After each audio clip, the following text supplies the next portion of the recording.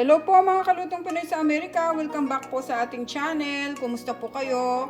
Ngayon, gagawa po tayo ng burger steak with mushroom gravy ala Jollibee. Ito po yung ating unang ingredients para po sa pag-season natin ng ating beef. Meron po tayong ground beef, onion powder, garlic powder, isang egg, ang ating breadcrumbs, ang ating salt, at ground black pepper. Gagamit din po tayo ng plastic gloves at saka po ng ating wax paper. Season muna po natin ito at mamaya po ituturo ko po sa inyo yung mushroom gravy para dito po sa ating burger steak. Okay? At mag-umpisa na po tayo. At pag-check na lang po yung description box para po sa ating exact measurement. Salamat po. Okay po, mag-umpisa na tayo. Ilalagay muna po natin itong ating onion powder, garlic powder, itong ating salt, black ground pepper, itong ating breadcrumbs. Pagsabay-sabay na po natin. At saka po itong isang itlog. Okay. Yan. Mix lang po natin siya.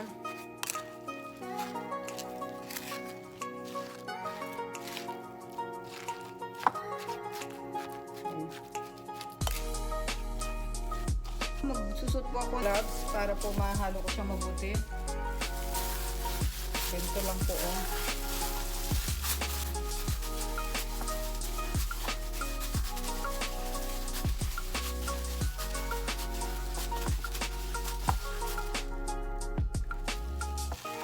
Ito po, nahalo ko na po siya ng maayos. Ang gamit ko nga po palang beef dito, yung meron po siyang 80% na lean meat, tapos po yung 20% yung fats niya. Kasi mas maganda po yung may konting fats para po hindi po masyadong dry yung burger natin, okay? Yan po. Ngayon po, kumuha lang po ako ng malinis na plastic. Nagpalit po ako ng plastic. At mag-mold na po tayo ng burger patty para po sa ating burger steak. Kukuha lang po tayo ng isang bilog. Tapos ipa-flatten lang po natin siya. Huwag po natin masyadong kapalan yung ating patty kasi para po maluto siya agad sa loob. Nipisan lang po natin ng konti.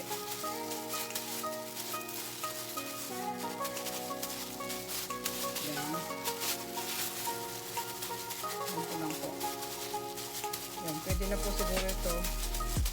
Kasi liliit pa po yan pag niluto po natin siya sa pan. Pag nag-fry na po tayo. Lalagay po natin siya dito sa wax paper. Tapos, lipat natin siya sa plato natin. Ganyan lang po. Nagawa po tayo hanggang maubos po natin itong ating ground beef.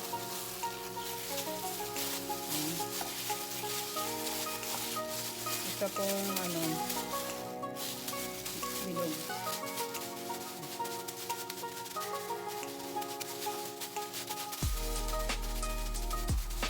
Ganyan lang po. Okay.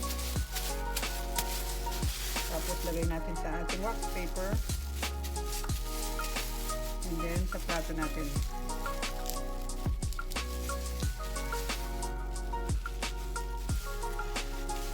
Tignan ko lang po kung hanggang ilan ang abutin nitong 1 pound. Hindi lang po ako sure. Babalikan ko po kayo pag natapos ko na po ito lahat. Salamat po. At ngayon po guys, natapos na natin lahat sila. Nakagawa po ako ng 6 na burger patty. Ito po.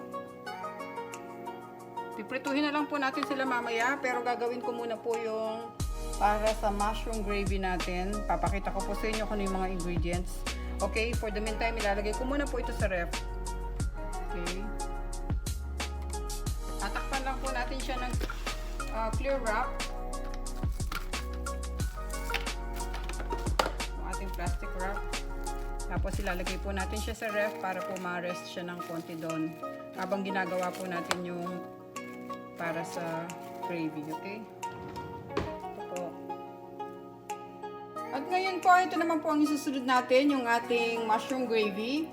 Gagamit po tayo dito ng cooking oil, butter, ground black pepper, ang ating white mushroom na kinat ko na, onion powder, garlic powder, ang ating beef cube, all-purpose flour, at saka yung warm water. Ilalagay po natin dito itong ating beef cube para po mag-melt siya dito kasi lalagay po natin siya mamaya sa gravy. Okay? Magluto na po tayo ng gravy. Okay guys, nagpapainit na po ako ng pan para po prituhin muna natin yung ating burger patty. Unahin na po natin siya. Okay, mainit na po siya. Magpo-fry na tayo ng ating burger patty. Pero hindi po ako maglalagay ng cooking oil kasi mamantika naman po ito mamaya pag pinirito natin. Lagay lang po tayo ng isa. Ito.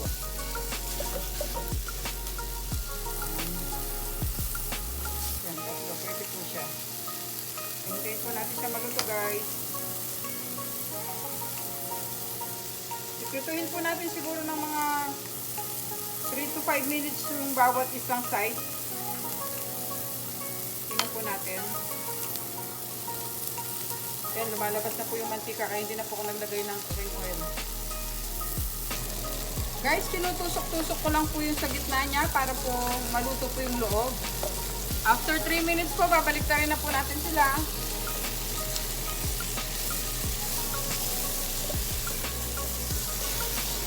Yan. Luto na sila. At ngayon po, ito, luto na po sila. Tatanggalin na po natin dito sa pan.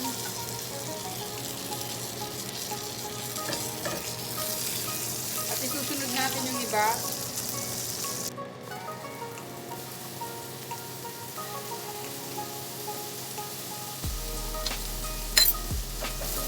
Sukin ko lang po para maluto yung loob.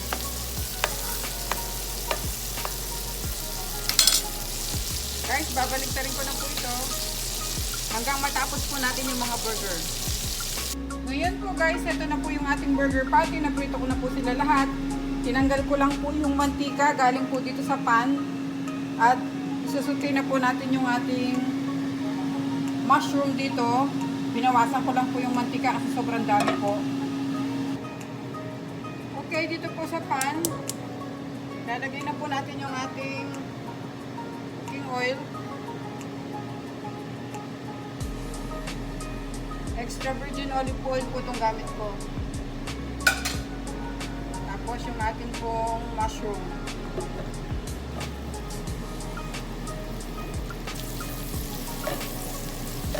Ganyan lang po. At ngayon po naluluto na yung mushroom. Set aside muna po natin siya. Lalagay ko lang po siya dito sa malinis na plate.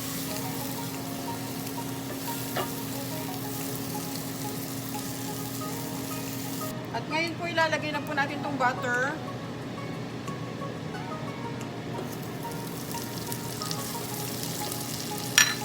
Gagawa po tayo ng roux.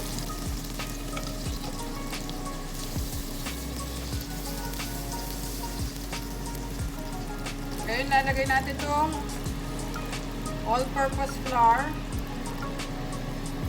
Yan, ganyan lang po. Yan. Yan lang po natin siyang ganyan. Kasi gagawa po tayo ng roux para po sa ating gravy. Ayun, buhusan po natin siya nitong beef cube at saka water. Bubuhos na po natin ito ng dahan-dahan lang.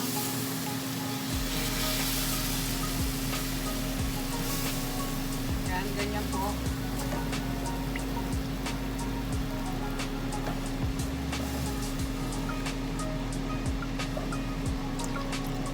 Buhos na po natin sila lahat. Hintayin po natin matunaw lahat yung ginawa nating roux. Para di po siya magbubo.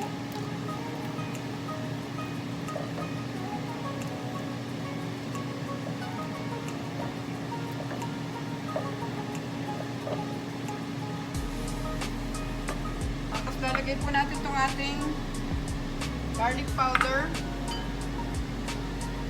onion powder, ground pepper,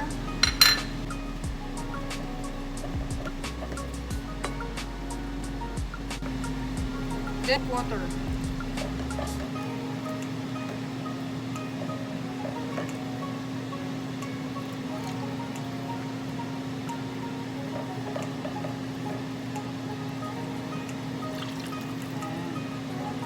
Ganyan lang po.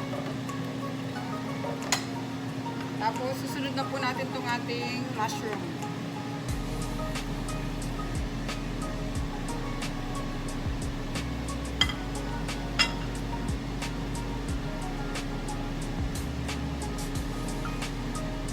Ayan lang po natin siya kumulo. Ngayon po kumukulo na siya, tikman po natin kung kulang po ng ng alat. Kung kailangan po magdagdag ng konting soy sauce.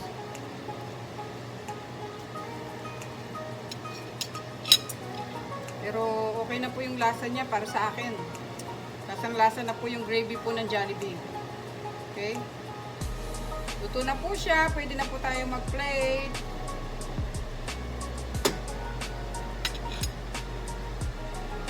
Ito na po ang ating burger steak. Meron po siyang kasamang 1 cup ng rice. Tsaka po french fries. At bubuhusan na po natin siya ng sauce sa taas.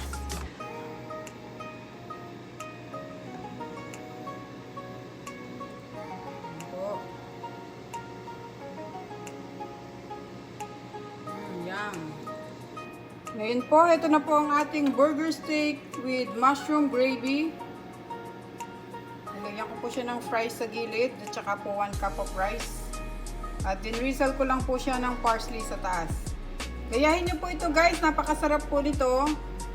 Maraming salamat po ulit sa panunood. Sana po wag po kayong magsawa at please subscribe po sa aming channel. Paki-check na rin po yung iba naming mga videos. Salamat po!